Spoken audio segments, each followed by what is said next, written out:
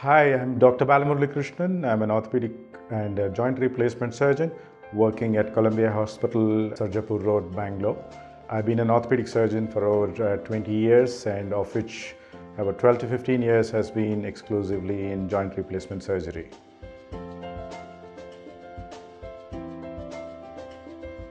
A knee replacement can be done on the single side or both sides in a single sitting, which is called a unilateral total knee replacement or a bilateral total knee replacement respectively.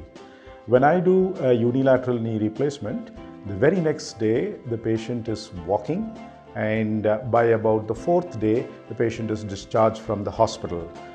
They follow it up with a physical therapy and an exercise program which may last anywhere between 4 to 6 weeks.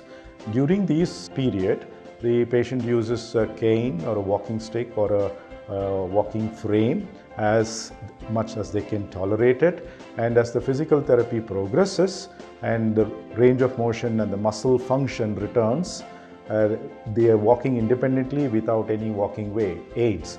This may take anywhere between 4 to 6 weeks if a unilateral or a single side total knee replacement is done. But if it is a bilateral knee replacement, patient is up and about on the very next day after surgery, and by about 5 to 7 days the patient is discharged home. As in the case of a unilateral knee replacement, the physical therapy and the exercise program continues for about 4 to 6 weeks, during which time the patient uses a walking frame followed by a pair of crutches and moving on to a single walking stick. This may take anywhere to about 6 to 8 weeks.